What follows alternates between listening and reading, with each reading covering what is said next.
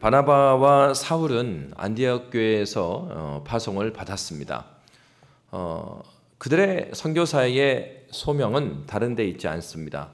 그들 자신도 내적으로 바로 이렇게 복음의 증거자로 살기를 원했고, 그럴 뿐만 아니라 또 교회가 공적으로 그들을 파송했기 때문입니다.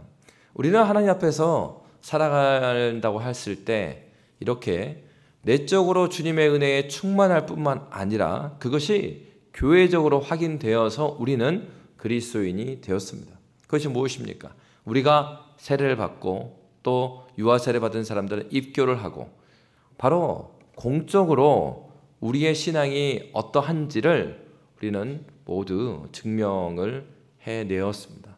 여러분, 신앙이라는 것은 주관적으로 내가 영향받은 어떻게 하는 것이 신앙생활이 아니라 내가 개인적인 그것이 경험이 되었든, 그리고 그것이 내가 특별한 경험이 없다 하더라도 하나님을 믿음으로 받았든 그것은 공적으로 확인되는 것이죠.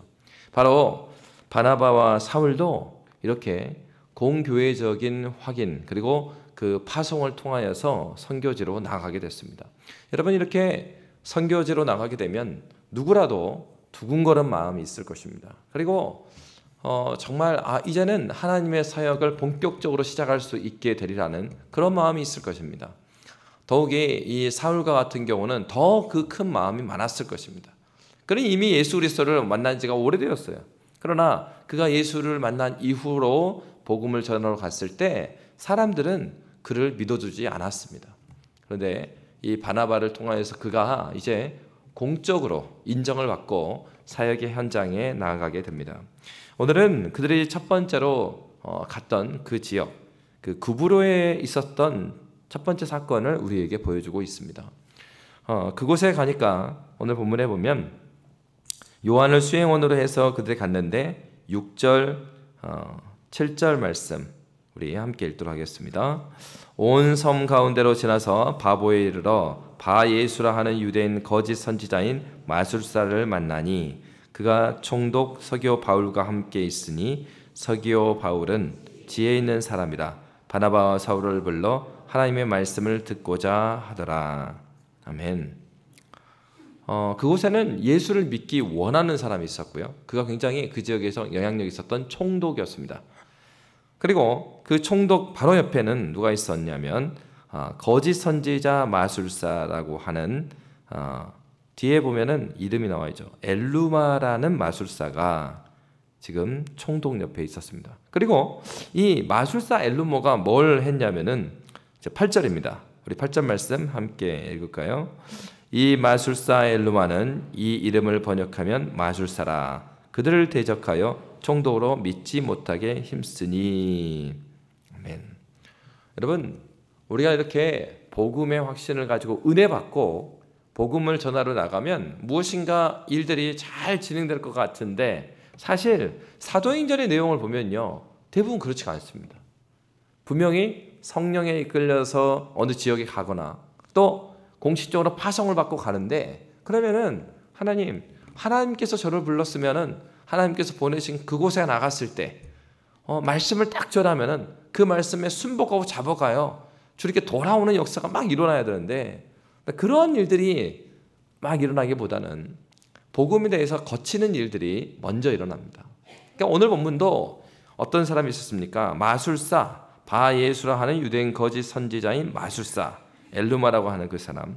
그러니까 이 사람이 이제 복음을 전하지 못하도록, 그리고 복음을 듣지 못하는 방해꾼 노릇을 하고 있습니다. 여러분, 이것은 사실은 조금만 생각해봐도 상식적으로 이해가 되는 일입니다. 우리나라에서도 마찬가지였습니다. 우리나라도 처음 복음이 들어왔을 때 사실 우리나라가 종교가 없던 그런 곳이 아니죠.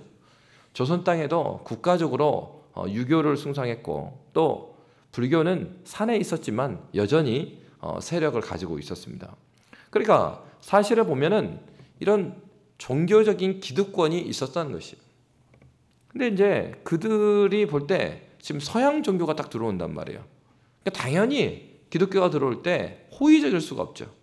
그리고 이 기독교는 그냥 들어오는 것이 아닙니다. 기독교가 들어간 곳마다 여러분 역사를 잘 보십시오. 기독교가 들어간 곳마다 기존의 기득권이 이게 다 바뀌게 돼요. 사회의 체제가 바뀝니다. 기독교가 들어간 곳마다. 왜 그렇습니까? 기독교는요, 그 복음에는 차별이 없다 그러면서 대부분의 이 역사를 보면은 이 남성 위주의 역사가 흘러갔고, 그리고 아내에 있어서도 아내를 한 명만 두는 게 아니라 첩도 두고 이런 식의 삶을 살아왔어요. 이것이 인류가 살아왔던 많은 역사예요. 그런데 기독교가 들어갈 때마다 그 사회, 자신들이 당연하다고 생각하는 그 가치관들에 대한 도전이 있는 것입니다.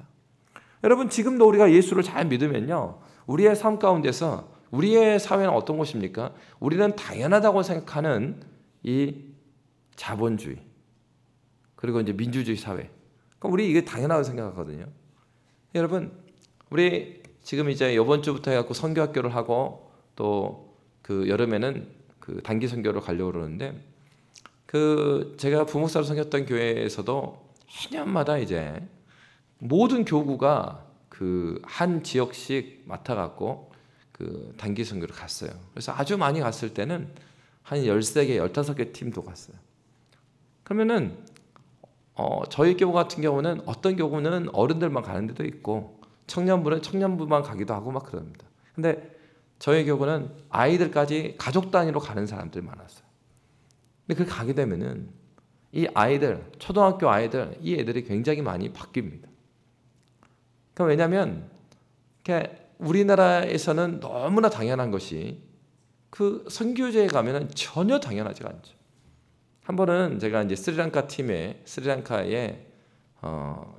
단기 선교를 가게 됐는데, 여러분, 스리랑카는 인도 옆에 있는 섬입니다.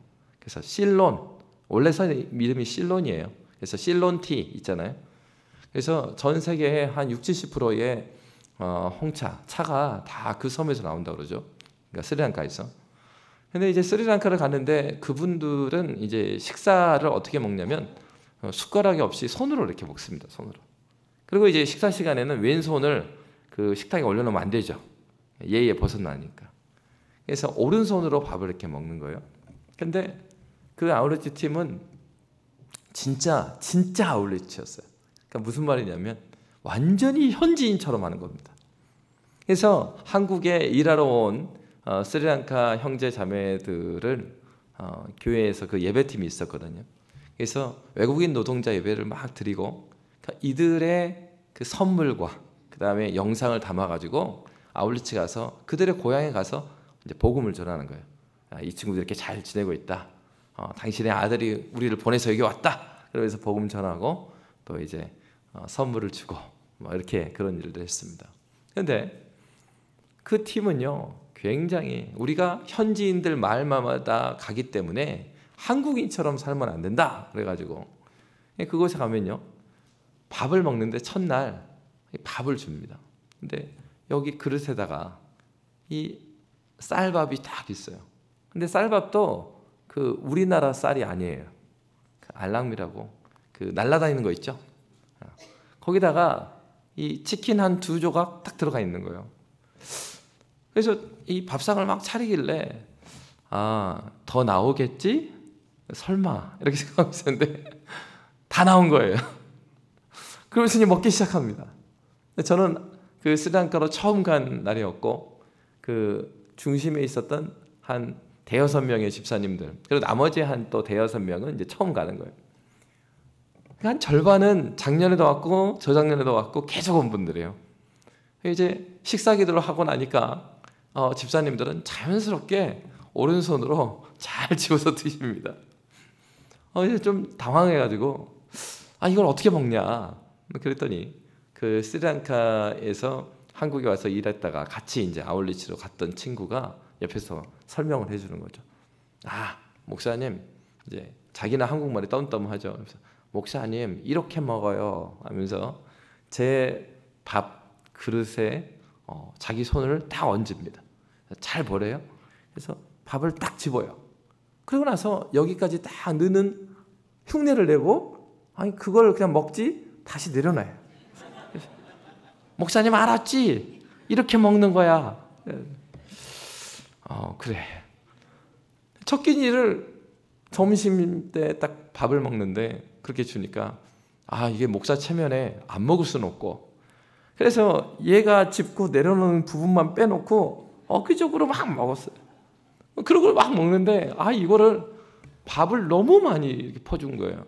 아니 이 치킨은 2조각밖에 없는데 밥을 하나 쌓아가지고, 근데 이거 이제 버릴 수도 없고, 근데 이거를 다 먹을 용기는 없어요. 이게 뭐 깨끗하면 먹겠는데 전혀 그렇지 않습니다. 그래가지고 또 몰래 이거를 저기 뒤로 가갖고 화장실 가는 척하면서 그 뒤에 있는 닭한테 딱 주고 왔어요. 그래가지고 그래도 이 단기 선교로 가면은 권사님들이나 집사님들이 중간중간에 간식을 그래서 꼼쳐 오거든요. 그래서 한국 김치도 가져오고, 그래가지고 그래도 저녁 먹기 전에 뭐가 나오겠지. 그러고 나서 이제 성경학교를 막 시작합니다. 성경학교 하면은 막 에너지가 많이 이렇게 필요하잖아요. 그래서 오후 프로그램을 다 하고 진짜 이 밥을 먹는 둥 마는 둥 하고 설교하고 막 하니까 너무 배가 고픈 거예요. 저녁 시간이 됐습니다. 해가 지기 전에, 이 전기가 잘 안 들어오니까 해가 지기 전에 빨리 또 저녁을 먹어야 된대요. 그래서 이 밥차가 또 왔어요. 배달이 쫙. 그리고 또 밥상을 차립니다. 어떤 밥이 나왔을까요? 그 밥입니다. 진짜로 현지인처럼 먹는데 팀장 집사님이 그러세요. 목사님, 내일도 모레도 이렇게 나옵니다.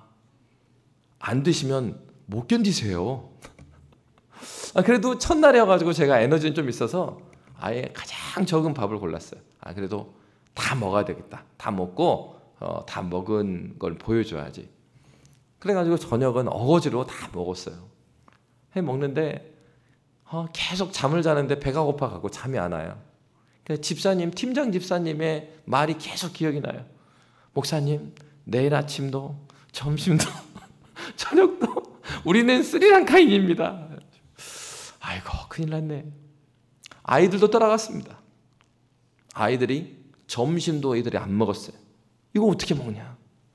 애들이 저녁 때도 안 먹어요, 애들이. 그래서 내가 얘들아, 아무래도 진짜 간식 안 줄 것 같아. 먹어야 될 것 같은데. 애들이 끝까지 안 먹어요.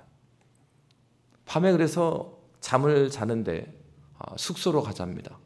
숙소로 갔는데 그 현지인 집 하나를 통째로 빌렸어요. 가장 좋은 집을 빌렸답니다. 근데 갔더니만 우리 팀원들은 한 15명 되는데 침대는 3개밖에 없어요. 그래가지고 그래도 목사님은 저기 침대에서 주무십시오 하고 또 침대를 안내를 해줘요.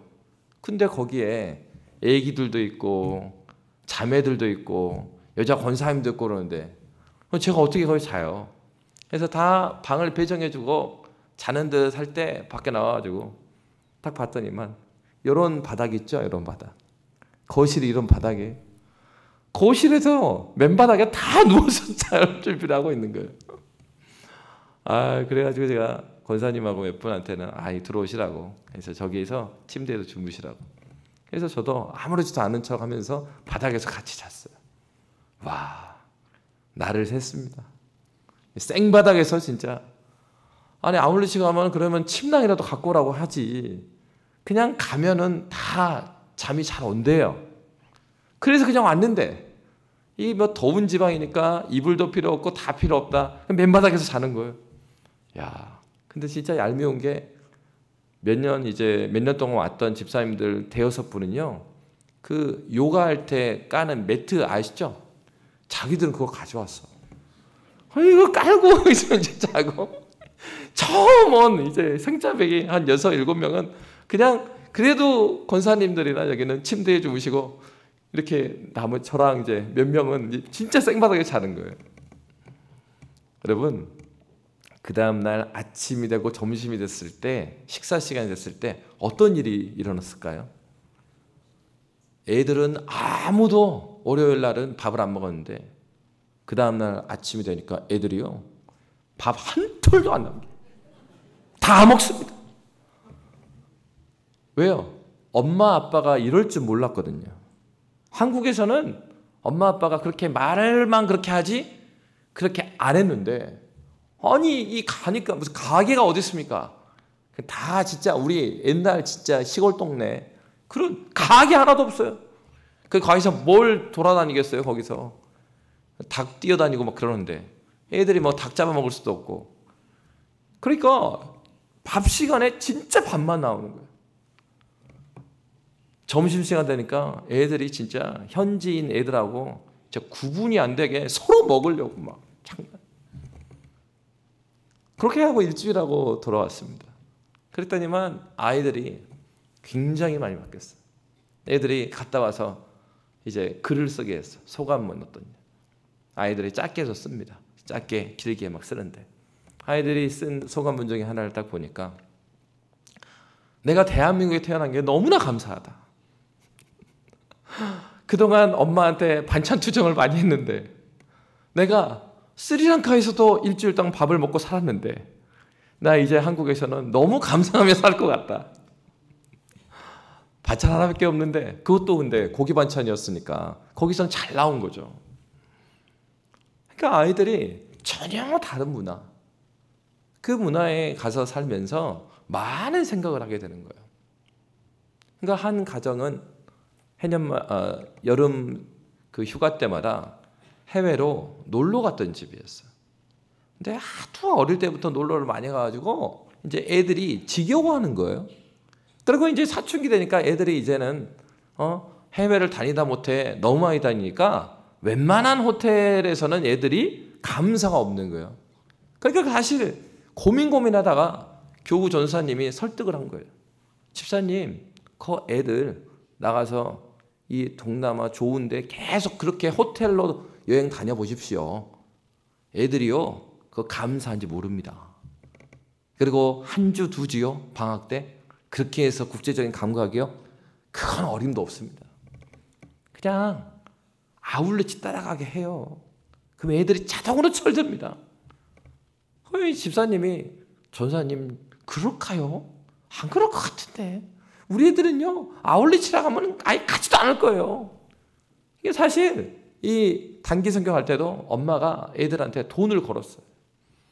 야, 이번에 단기 성경 가면 갔다 오면 엄마가 20만 원씩 줄게. 가자. 막 꼬셔갖고 데려온 거예요. 여러분 사실 동남아에요 호텔로 가고 이렇게 하고 여행하고 아울렛하고는요 훨씬 아울렛이 쌉니다. 뭐 아울렛은 무슨 좋은 호텔에 가는 것도 아니고 막 그렇게 현지인처럼 다니는 거니까. 그러니까 엄마 입장에서는 작년에 들어간 돈이나 얘들한테 용돈을 더 주나 크거든요. 근데 어거지로 데려갔어요. 근데 아이들이 아울렛에 갔다 오더니 완전히 새 사람이 된 거예요. 너무. 왜요? 진짜 다른 모습들을 보면서 자기에게 내가 지금 누리고 있는 것이 얼마나 감사한 것인가, 이것이 얼마나 은혜인가, 이거를 발견하게 된 거죠. 여러분, 그렇습니다. 우리가 다른 환경 가운데 가 있다 보면 이 생각이요 한 곳으로 고정되는 것이 아니라 많은 산다는 것이 우리가 사는 방식만 있는 것이 아니고 다양한 방식이 있구나. 하나님께서 우리에게 이렇게 복음을 주시고 우리가 복음을 가지고 이 땅에 살아가다 보면 이 세상의 정신, 이 세상의 방식, 정말 다양한 방식 가운데 우리는 서게 돼요. 그럴 때 우리가 이 세상 가운데서 어떻게 살 것인가에 대한 지혜를 이 아이들이 그 다른 환경 가운데 다니면서 하나하나 알게 되는 거죠. 여러분, 복음에 열심이고 하나님 말씀을 알아가면 알아갈수록 우리는 복음에 대해 성령 충만하여서 복음에 합당한 삶을 살길 원하는 그런 간절한 열망이 생깁니다. 그런데 중요한 것은 그런 열망이 있다고 해서 이 세상 가운데 하나님 나라의 질서대로 잘 살아지는가에 대한 문제는 또 다른 문제라는 거예요.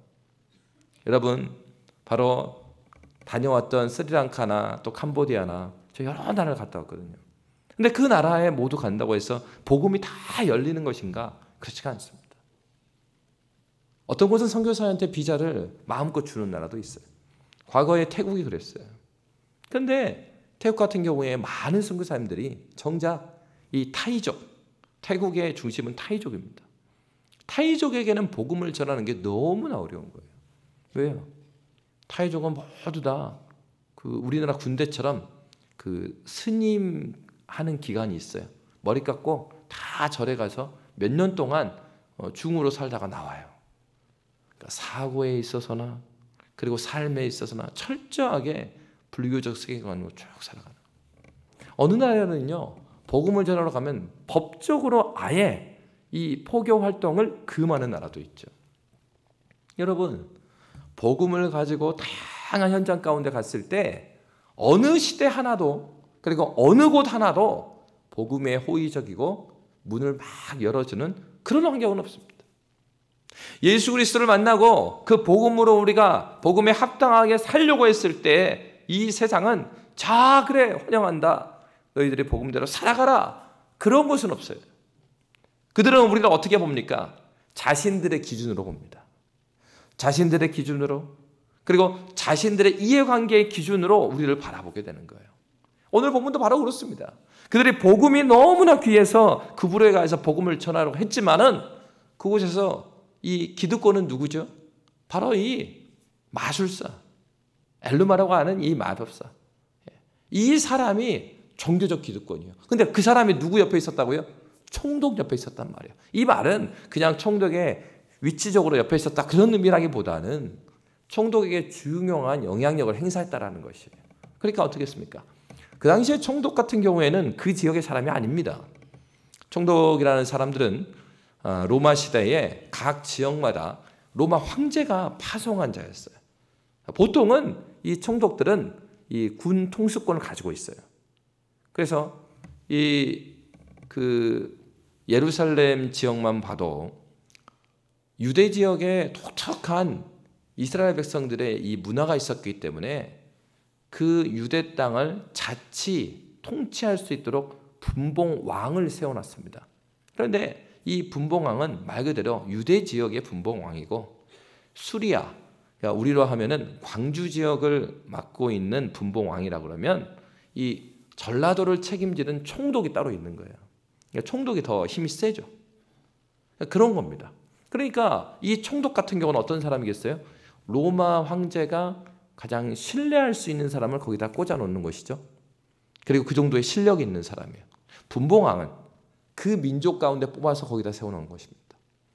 그러니까 여기에서 보면 구브로라는 지역에서 총독이 있었다 이렇게 나오잖아요. 그 총독은 로마 황제 신뢰를 받고 거기 가 있는 사람. 그러니까 총독도 어떤 사람입니까? 외지인이에요. 총독도 외지인. 그러니까 여기에서 뿌리를 내리고 살았던 사람은 누구냐? 바예수라 하는 유대인 거짓 선지자, 이 마술사 엘루마였어요. 그러니까 어때요? 이 사람이 마술사인지 뭐인지 그게 중요하지 않아요. 총독에게는 이 구브로라, 이 키프로스라고 하는 섬을 어떻게 통치할 것이니까 자기의 관심이죠. 그러니까 이 사람은 지금 이 사람이 마술사든지 뭐든지 그게 아니라 이 사람이 민심을 이끌고 있는 게 중요한 거예요. 그러니까 총독 가까이 있었다는 얘기는 바로 그것입니다. 그리고 여기서 본문에 보면 그들을 대적하여 총독으로 믿지 못하게 힘썼다. 이 얘기는 어떤 얘기일까요? 한마디로 그 지역에 있어서 이건 정치적인 역학인 겁니다.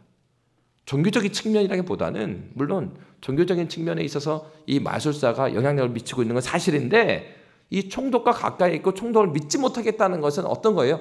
종교적으로 네가 예수 믿으면 안 돼의 측면이 아니고 어떤 측면입니까?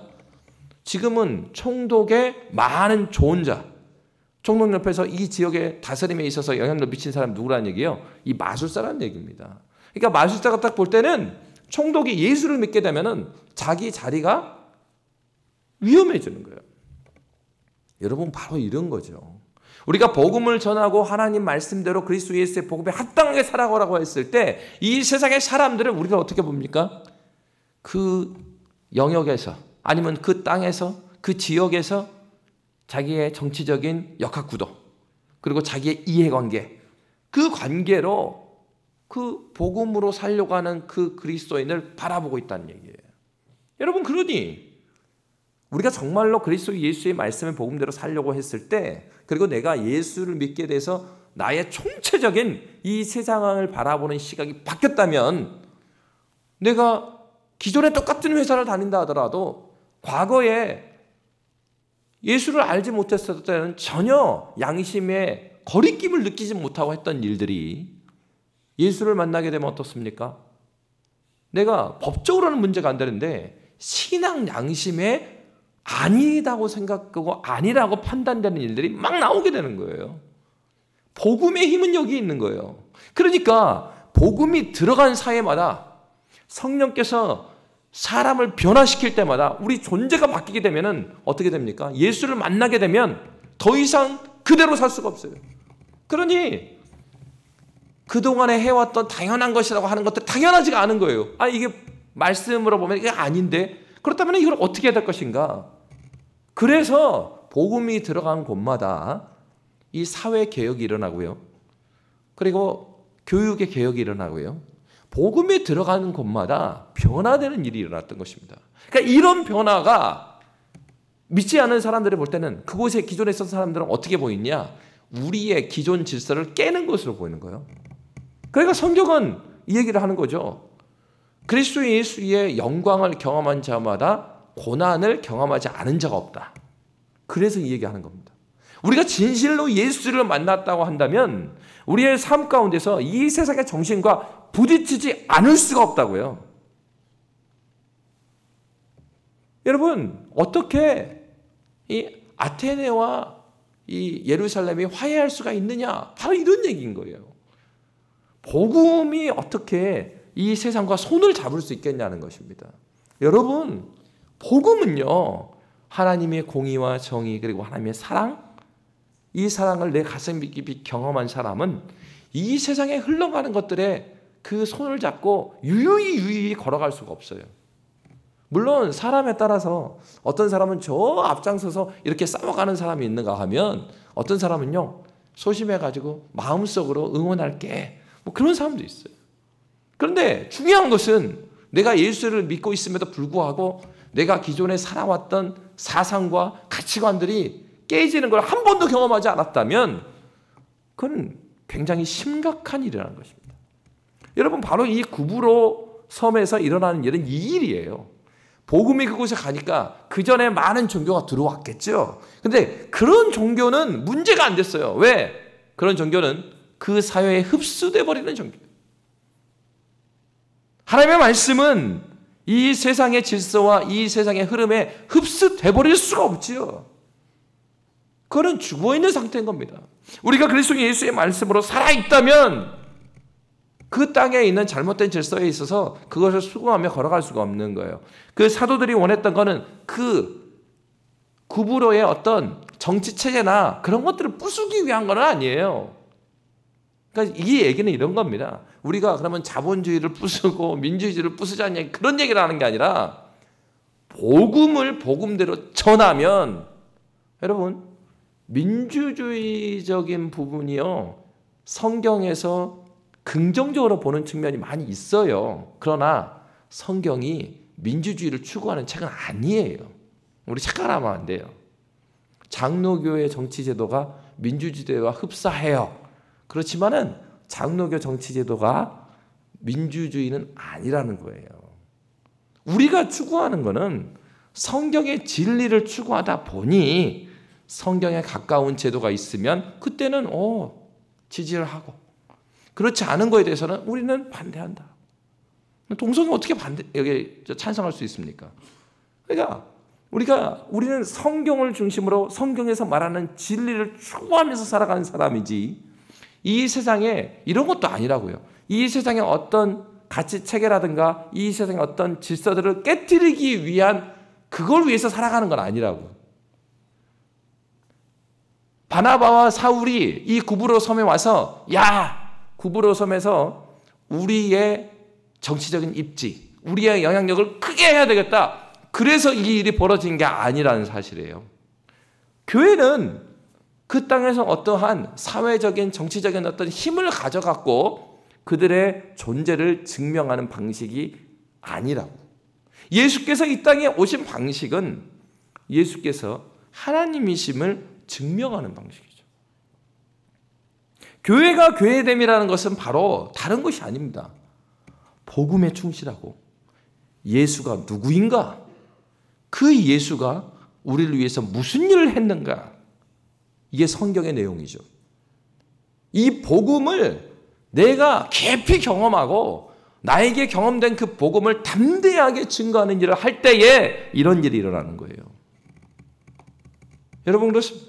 오늘날도 이 복음 때문에 핍박받으면서도 주님을 사랑하고 주님을 뜨겁게 살아가는 사람들이 있어요. 여러분 역사에 보면은 바로 그러한 사람이 있었습니다. 우리의 삶은 이렇게 영적인 전쟁 가운데 있어요. 참된 신자는 그렇기 때문에 어떻겠습니까? 아닌 것을 아니라고 말할 줄 아는 사람들이죠. 거짓의 영의 특징이 뭐예요? 사람들을 미혹합니다. 오늘 이 마술사, 총독을 미혹하잖아요. 복을 못 듣게 만들어요. 본질에서 벗어나게 합니다. 그리고 하나님의 창조의 목적에서 벗어나게 하는 거예요. 교회는요, 예배로 사는 것이죠. 예배의 예배됨을 위해서 사는 거예요. 제 과거에 기억이 있습니다. 신학대원에 갔을 때였어요. 너무나 안타까운 일이 있었습니다. 화요일마다 전국 노예에서 와갖고 체프를 들고 예배를 드려줍니다. 그리고 이 신대원 전사님들한테 밥을 사줘요. 공교롭게 그 다음 수요일 날이 총선이었어요. 근데 어느 노예인지 정확히 기억은 안 나지만 화요일 날에 이렇게 강단에 서서 그 노예에서 오신 목사님이 말씀을 전하는데 그런 몇 장을 펴놓고 말씀을 전하는지 기억이 안 나요. 그런데 이거는 설교가 아니라 선거운동을 했어요. 그 당시에 기독당이 나왔습니다. 기독당이 8번을 하고 나왔어요. 설교할 때마다 이 목사님이 계속 이래. 여러분 알죠? 이겁니다.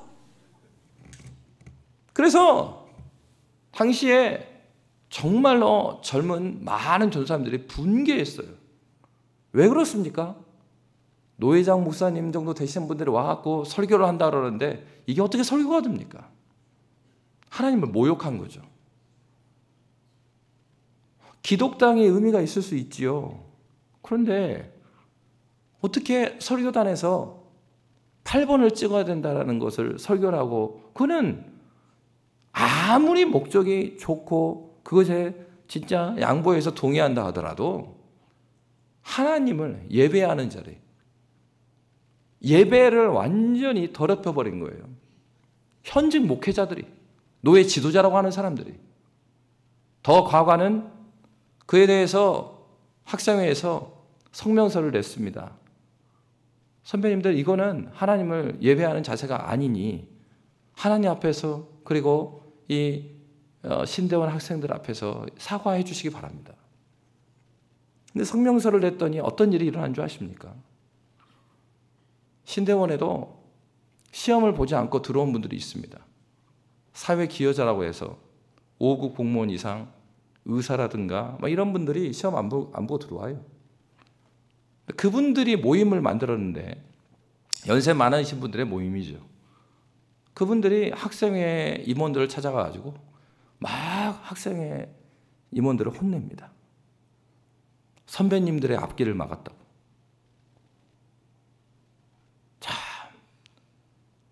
너무 가슴이 아팠어요. 신대원에서 젊다고 해도요, 그분들도 50대 막 그렇습니다. 40, 50대. 신대원에 가면 20대부터 60대까지 다 있어요. 모든 연령대가 다 있습니다. 여러분, 교회는요, 예배로 사는 거예요. 예배는요, 하나님과의 인격적인 교제입니다. 근데 그 예배 장소에 하나님의 메시지, 성경의 말씀을 전해야 할 그 자리에 정치 운동을 했는데 그것에 대해서 이것은 하나님을 모욕한 것이 아닙니까? 라는 지적에 어떻게 반응하는 사람들이 있어요? 선배의 길을 막았기 때문에 너희들이 사과해라. 그러면 하나님께 나아가는 길을 막아버린 그 사람들에 대해서는 뭐라고 말할 것이에요? 현직 목회자들. 여러분, 우리가 한국교회를 위해서 기도해야 되는 것은 바로 이런 부분입니다. 어떻게 하나님께 예배자로 부르신 우리의 소명을, 우리의 사명을 다른 것과 바꿔버리냐 이거예요. 바나바와 사울은 지금 정치운동을 하고 있는 것이 아니죠. 그들은 살아계신 그리스도 예수를 증거하고 있는 것입니다. 하나님을 지금 이용해 먹는 게 아니에요.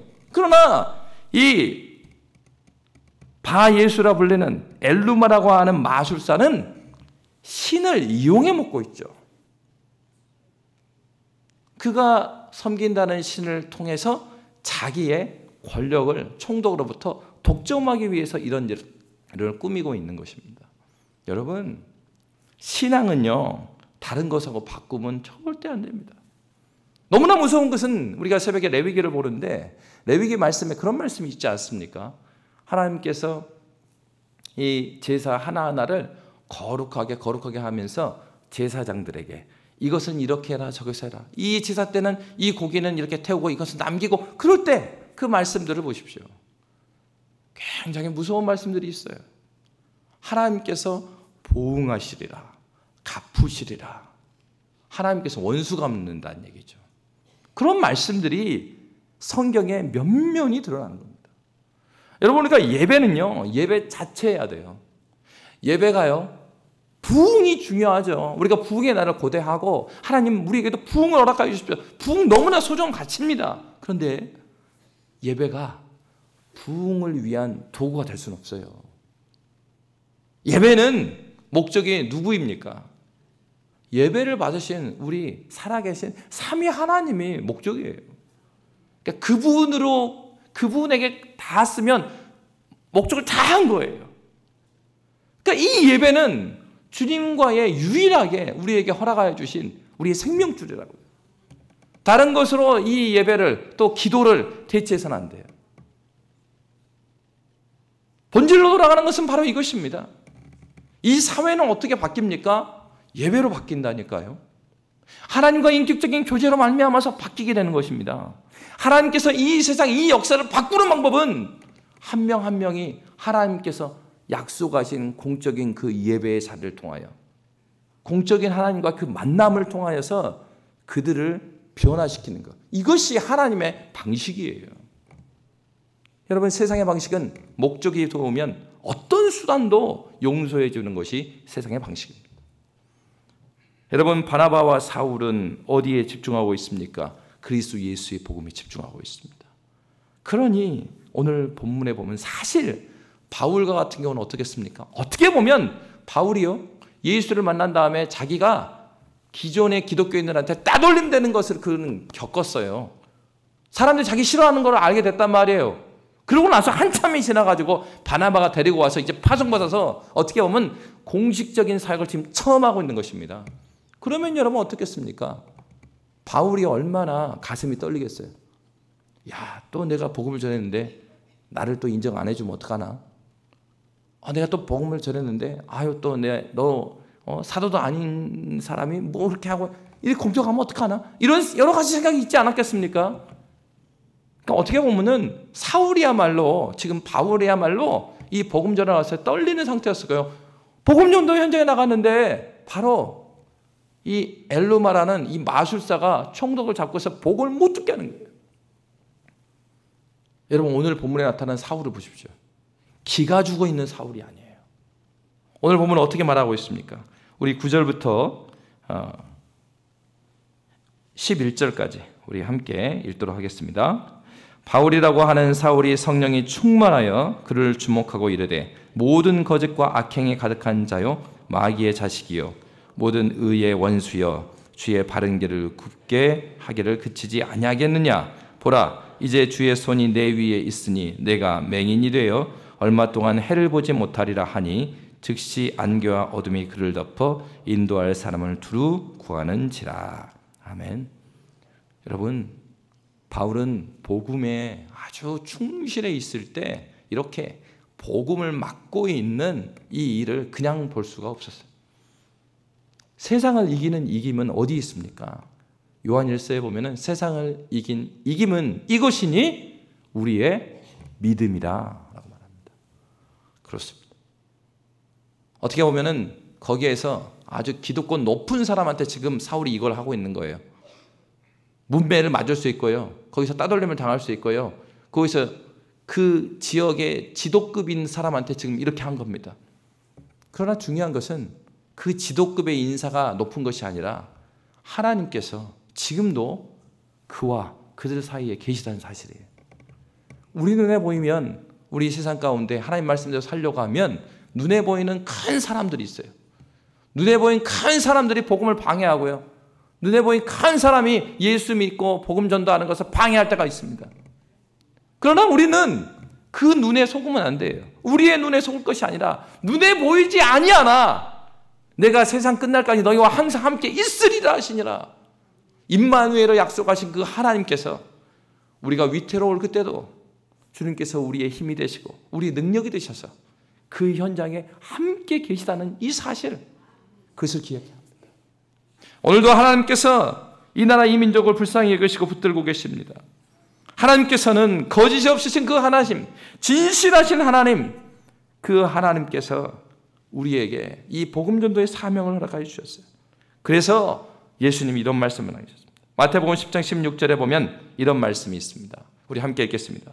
보라, 내가 너희를 보냄이 양을 이리 가운데로 보냄과 같도다. 그러므로 너희는 뱀같이 지혜롭고 비둘기같이 순결하라. 아멘. 지혜로울 뿐만 아니라 순결하라고 그랬어요. 세상의 방식으로 물타기 하지 말고 정직하게 복음으로 나아가라는 얘기입니다. 그러면서 에베소 6장 12절에 보면 기억하라는 것이에요. 눈에 보이는 것에 현혹되지 말라는 것이에요. 그래서 이 말씀을 허락했습니다. 우리 함께 읽도록 하겠습니다. 우리의 씨름은 혈과 육을 상대하는 것이 아니요 통치자들과 권세들과 이 어둠의 세상 주관자들과 하늘에 있는 악의 영들을 상대함이라. 아멘. 중요한 사실은 이 싸움은 이미 그리스도 예수께서, 부활하신 예수께서 십자가에서 이미 승리하신 싸움 가운데 우리가 함께 있다는 사실입니다. 우리 눈에 크게 보이는 그것이 문제가 아니라 이미 승리하신 그분께서 우리와 함께 계시고 우리는 그를 따라가고 있다는 사실. 우리의 느낌을 믿을 것이 아니라, 우리의 눈을 믿을 것이 아니라 부활하셨어 우리가 함께 하시고 약속에 신실하신 그 하나님을 믿는 저와 여러분이 되시기를 주의 이름으로 축복합니다. 기도하겠습니다.